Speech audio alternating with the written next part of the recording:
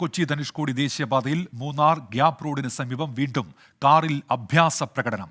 പുതുച്ചേരി രജിസ്ട്രേഷനിലുള്ള കാറിൽ 3 യുവാക്കൾ ഡോറിലിരുന്ന് യാത്ര ചെയ്യുന്ന ദൃശ്യങ്ങൾ ഇപ്പോൾ പുറത്തു വന്നിട്ടുണ്ട്.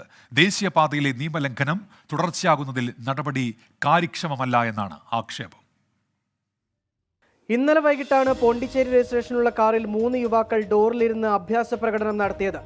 അമിത വേഗത്തിലോടിയ ഇന്നോവ കാർ അപകടമുണ്ടാക്കാതെ കടന്നുപോയത് തലനാരിഴയ്ക്കാണ്. മൂന്നാറിനും ഗ്യാപ് റോഡിനും ഇടയിലായിരുന്നു സാഹസിക യാത്ര. പിന്നാലെ എത്തിയ വാഹനത്തിന്റെ ഡാഷ് ക്യാമറയിൽ പതിഞ്ഞ ദൃശ്യങ്ങളാണ് ഇപ്പോൾ പുറത്തു വന്നിരിക്കുന്നത്.